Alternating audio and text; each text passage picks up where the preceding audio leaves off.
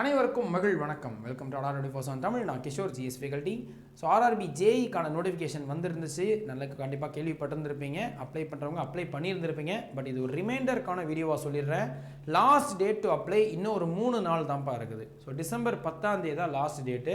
இதை மறுபடியும் எக்ஸ்டெண்ட் பண்ணுவாங்கன்னு நம்ம எதிர்பார்க்க முடியாது. இப்போ என்டிபிசிக்கு கிராஜுவேட் லெவலுக்கும் சரி அண்டர் கிராஜுவேட்டுக்கும் சரி ஒரு வாரம் எக்ஸ்டெண்ட் பண்ணாங்க லாஸ்ட் டேட்லேருந்து. பட் அஃபிஷியல் நோட்டிஃபிகேஷனில் கொடுத்த அந்த டேட் பார்த்தீங்கன்னா ஓப்பனிங் டேட் வந்துட்டு நமக்கு அக்டோபர் 31 இருக்குது. அப்ளிகேஷன் ஓப்பன் ஆனது ஆர்ஆர்பி ஜேஇக்கு, ஜேஇ டிஎம்எஸ் சிஎம்ஏக்கு. அப்ளிகேஷன் என் டேட் க்ளோஸ் ஆகுறதுன்னு பார்த்தோன்னா நமக்கு நவம்பர் 30 கொடுத்துருந்தாங்க. சார் இப்போ நவம்பர் 30 முடிஞ்சிருக்கும்னு சொல்கிறீங்க தானே? அதுதான் இல்லை, எக்ஸ்டெண்ட் ஆல்ரெடி பண்ணிட்டாங்க. இது கொஞ்ச நாளைக்கு முன்னாடியே இந்த என்டிபிசியோட எக்ஸ்டென்ஷன் டேட் வர்றதுக்கு முன்னாடியே இந்த ஜேஇயோட எக்ஸ்டெண்டட் டேட் சொல்லிட்டாங்க. அதன்படி ரிவைஸ்டு அப்ளிகேஷன் என் டேட்னா அது டிசம்பர் 10. ஸோ டிசம்பர் 10 வரைக்கும் அப்ளை பண்ண முடியும் அப்படின்னு டேட்டை ஆல்ரெடி எக்ஸ்டெண்ட் பண்ணிட்டாங்க. அதனால இனிமேலும் இதை மறுபடியும் எக்ஸ்டெண்ட் பண்ணுவாங்கன்றத நம்ம 95% நம்ப வேணாம். இது கொஞ்சம் வாய்ப்பு கம்மி தான். என்டிபிசிக்கோ இல்லை என்டிபிசியில் கிராஜுவேட்டுக்கோ அண்டர் கிராஜுவேட்டுக்கோ ரெண்டுத்துக்குமே அடுத்து கடைசியில் பண்ணாங்கன்ற மாதிரி இதுக்கு மறுபடியும் பண்ணுறதுக்கு என்டிபிசிக்காச்சும் ஒரு தடவை தான் பண்ணாங்க. இது ஆல்ரெடி பண்ண எக்ஸாம் டேட்டு, அப்ளிகேஷன் ஓப்பன் பண்ணுறது என் டேட் வந்து ஆல்ரெடி எக்ஸ்டெண்ட் பண்ண டேட்டு அப்படின்னு நான் சொல்லிக்கிறேன். மறுபடியும் பண்ணுறதுக்கு வாய்ப்பு இல்லை. ஸோ டிசம்பர் 10 தான் லாஸ்ட் டேட்டு. அப்ளை பண்ணணும்னு நினைக்கிறவங்க தயவு செஞ்சு கண்டிப்பாக இப்போயே அப்ளை பண்ண ஸ்டார்ட் பண்ணிடுங்க. லைவ் ஃபோட்டோ இந்த பிரச்சனையெல்லாம் என்டிபிசிக்குமே நிறைய இருந்துச்சு. கடைசி நாளில் வந்துட்டு நம்ம ஃபோட்டோ எடுக்கிறதோ இல்லை அப்லோட் பண்ணுறதோ இஷ்யூவாக இருக்கும், சர்வர் டவுனாக இருக்கும். பேமெண்ட் கூட சம்டைம்ஸ் இப்போ ஆல்ரெடி நீங்கள் அப்ளை பண்ணியிருந்தீங்கன்னா கூட ஒரு தடவை பேமெண்ட்டை செக் பண்ணிக்கோங்க. அப்ளிகேஷனுடைய பேமெண்ட் கரெக்டாக முடிஞ்சிருச்சா அப்படின்னு பார்த்துக்கோங்க. ஏன்னா பேமெண்ட்டுக்கு ஒரு 2 நாள் கொடுப்பாங்க.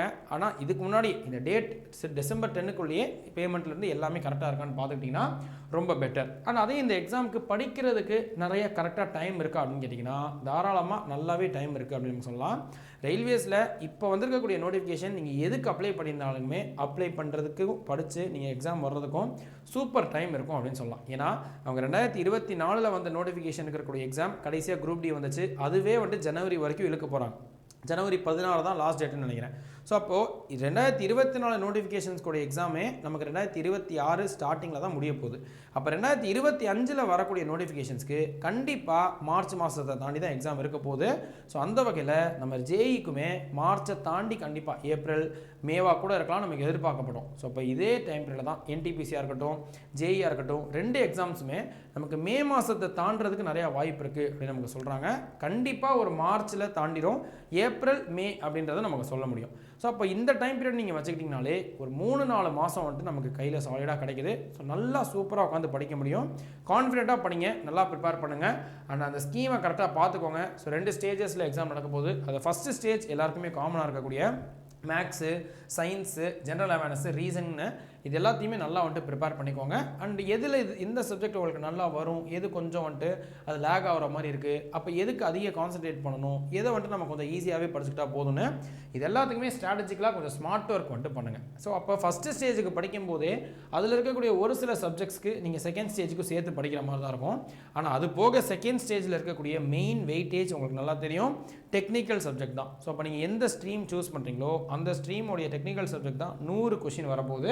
அப்போ அதுக்கேற்ற மாதிரி ப்ரிப்பேர் பண்ணணும். ஆனால் என்னுடைய சஜஷன் இப்போதைக்கு ஃபஸ்ட்டு டயருக்கு நல்லா கான்சன்ட்ரேட் பண்ணுங்கள். செகண்ட் டயரில் என்ன தான் டெக்னிக்கல் சப்ஜெக்ட் 100 கொஷின் இருந்தாலும் ஃபஸ்ட்டு டயர் கிளியர் பண்ணால் தான் செகண்ட் டயருக்கு போக முடியும், செகண்ட் ஸ்டேஜுக்கு நம்ம போக முடியும்.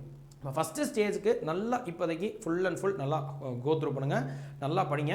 அது கிளியர் பண்ணிட்டோன்னா அதுக்கு அப்போ இருந்து முழுக்க நீங்கள் டெக்னிக்கல் சப்ஜெக்ட்டுக்கு சூப்பராக எஃபர்ட் போட்டால் கூட ரொம்பவே சூப்பர் தான். ஆனால் இப்போ 4 மாதம் இருக்குது அப்படின்றதுனால நீங்கள் கொஞ்சம் சைமல்டேனியஸாக ஸோ முடிஞ்ச அளவு ஃபஸ்ட்டு டயருக்கு நல்லா தரவு பண்ணி வச்சுட்டு கொஞ்சம் அப்பப்போ இப்போ ஒரு நாளைக்கு ஒரு 6 மணி நேரம் படிக்க போகிறீங்க, 7 மணி நேரம் படிக்க போகிறீங்கன்னா அதில் 5 மணி நேரம் 6 மணி நேரம் நீங்கள் வந்துட்டு ஃபஸ்ட்டு டயர் ஃபஸ்ட்டு ஸ்டேஜுக்கும் ஒரு 1 மணி நேரம் 2 மணி நேரம் நீங்கள் செகண்ட் டயரில் அதை டெக்னிக்கல் சப்ஜெக்ட்ஸ்க்கும் படிக்கிறது பெட்டர் அப்படின்னு என்னோட ஒரு சின்ன சஜஷனாக சொல்லிக்கிறேன். ஸோ இந்த ஆர்டரில் நீங்கள் வந்துட்டு கொஞ்சம் செக் பண்ணி பாருங்கள். ஸோ இப்போ ஸ்மார்ட் ஒர்க் பண்ணி நல்லாவே படிங்க அப்படின்னு நான் சொல்லிக்கிறேன். அண்ட் இதுக்கான பேச்சஸ் நம்ம இன்ஸ்டிடியூட்டில் நம்ம லான்ச் பண்ணியிருந்தோம், வேகம் அப்படின்ற பேரில் ஆர்ஆர்பி ஜேஇக்கான பேச்சஸ். ஸோ அது சிவில், மெக்கானிக்கல் அண்ட் எலக்ட்ரிக்கல்னு 3த்துக்குமே நம்ம வந்துட்டு பேச்சஸ் வந்துட்டு நம்ம லான்ச் பண்ணியிருந்தோம். ஸோ செக் பண்ணி பாருங்கள். ஸோ இந்த பேச்சஸை நீங்கள் ஆஃபரோடையும் ஜாயின் பண்ணிக்க முடியும். ஸோ எந்த பேச்சஸ் நீங்கள் ஆஃபரோட ஜாயின் பண்ணிக்கிறதா இருந்தாலும் Y890 அப்படின்ற கோடை யூஸ் பண்ணும்போது 22% வரைக்கும் உங்களுக்கு ஆஃபர் இருக்கும். கீழே டிஸ்கிரிப்ஷன்லேயே பேட்சோட லிங்க்லாம் கொடுத்துருப்பாங்க. ஸோ செக் பண்ணி பாருங்கள். இல்லை ஈஸியாக ஆப்லேயுமே நீங்கள் வந்துட்டு ஜாயின் பண்ணிக்க முடியும். ஆல்ரெடி இந்த பேட்ச் ஸ்டார்ட் ஆகிடுச்சு. ஸோ நம்ம பசங்களே வந்துட்டு ஆல்ரெடி படிக்க ஸ்டார்ட் பண்ணிட்டாங்க அப்படின்றதுனால ஸோ இந்த பேட்ச்சில் நீங்கள் ஸ்பீடாக இப்போலேருந்து படிக்க ஸ்டார்ட் பண்ணுறது பெட்டர் அப்படின்னு நான் சொல்லிக்கிறேன். ஸோ இந்த கோடை யூஸ் பண்ணி நீங்கள் வந்துட்டு மேக்ஸிமம் ஆஃபரோட நீங்கள் ஜாயின் பண்ணிக்கலாம். ஓகேவா? ஓகே பாட்டேன். ஓகே. ஸோ வேறு ஏதாவது டவுட் இருக்குன்னா இந்த வீடியோ முடிஞ்சதுக்கப்புறம் கமெண்ட் சொல்லுங்கள். ஸோ தான் இன்ஃபர்மேஷன். ஸோ நெக்ஸ்ட் வீடியோவில் வேறு ஒரு கண்டென்ட்டில் பார்ப்போம். அன்டில் தென் நன்றி, வணக்கம்.